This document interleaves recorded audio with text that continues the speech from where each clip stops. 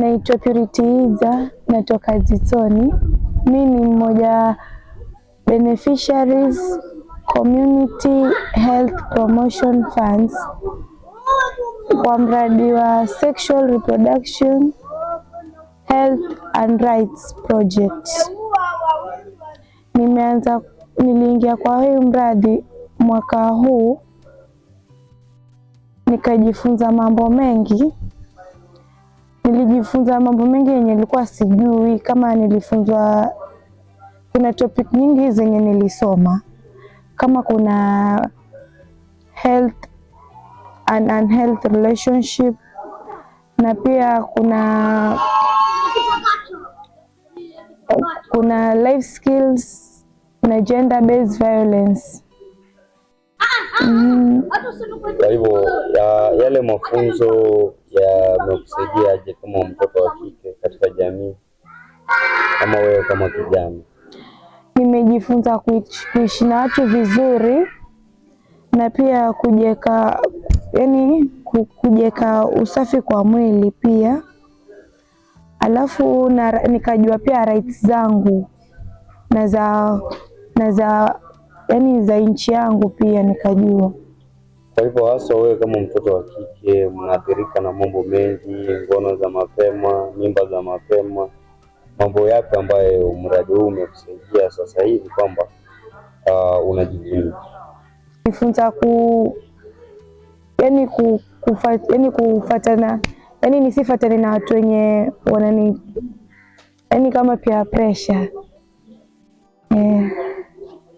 Kwa hivyo kwa mtazamo wako, haya mafunzo ulikuwa awali umeyapata ama hukuwa nayo? Nilikuwa nimepata nyumbani na shule, lakini hapa kwa hii mradi hii ndio imenifunza zaidi ya shuleni na nyumbani. Hapa ndio imenichanua akili sana. Kwa hivyo kwa fikra zako,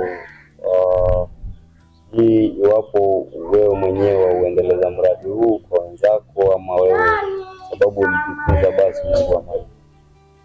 Bado naelezea wenzangu, kama vile wanafuata mwongozo mbani, wana join group yenye inaongoza Mungu, inapea mwelekeo mbaya. Mimi naweza waambia waachane kufuata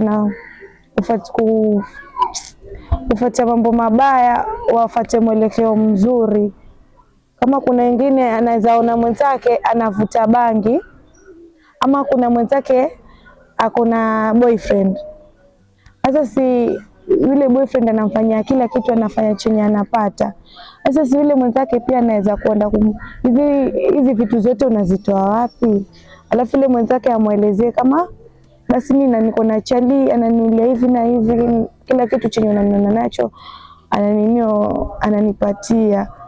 Sasa atamfuata yule mwenzake, atamwambia basi pia mimi nitatafuta chali na mimi nipate hivi na hivi. Sasa mimi naweza muelekeza asifanye hivyo, ashukuru chenye ako nacho tayari. Kwa hivyo wito wako kwa vijana wa kike na kiume katika jamii unaweza kufanya nini? Na ni ombi langu kwa vijana wenzangu, kwa mswala wa SRHR, ili swala hili tunafaa kuliweka wazi, ili tujenge jamii yenye ufahamu.